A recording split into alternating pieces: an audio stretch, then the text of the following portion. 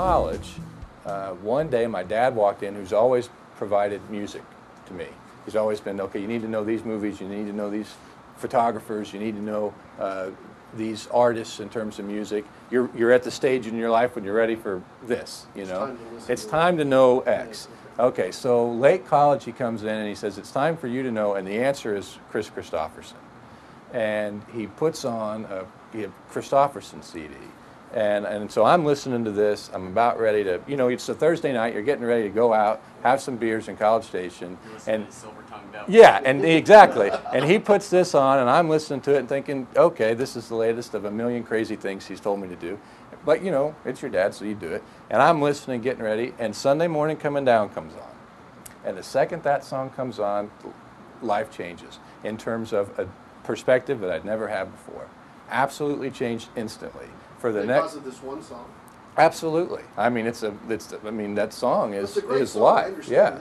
I don't know why. I mean, things hit you different ways, but this hits me that way. So and Kristofferson whacked you upside the head. He whacks me upside the head, and I think for the rest of college, I didn't do a lot except for try to be Kristofferson, which means, you know, grow my hair long, spend a little bit of extra time having beers, and just write every second that you can write.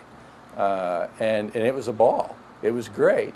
And it was absolute catastrophe to go from that into sitting behind a desk.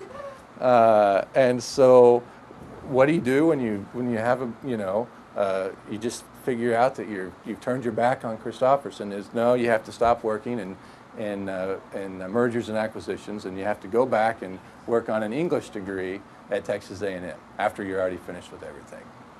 So I do that, and it's a tremendous amount of fun. It's absolutely magnificent. Move in with Dad, do English classes. I bet he was ecstatic. He loved it. He thought it was great. He said, "This is you're doing great things." And all three of my parents have always, you know, if you're happy, if you're doing something that pleases you, and you're adding value in that area, then that's what you should go do. And it was the right route for me. You know, I think life is about balance, and sometimes when you're finding your balance, you have to go to extremes. And so, a business and accounting degree is certainly on one edge, and a life of Kristofferson and Faulkner and CD dive bars is on the other edge.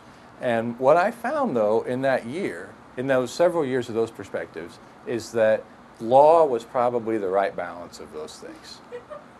And you know, you're conventional, but you haven't totally turned your back and betrayed, you know. Well, and then you're into the writing part, because exactly. Law is all about writing. Law is all about writing. And you know, and then we go back to what I had thought about from a very young age, which is if you have a law degree, you could always tell somebody to go to hell if they told you had to move. And so, because you can always get a job as a lawyer. Thing's still haunting you. Exactly. Well, you know, it's just being in control of your own destiny. It's never fun to have somebody else telling you what to do.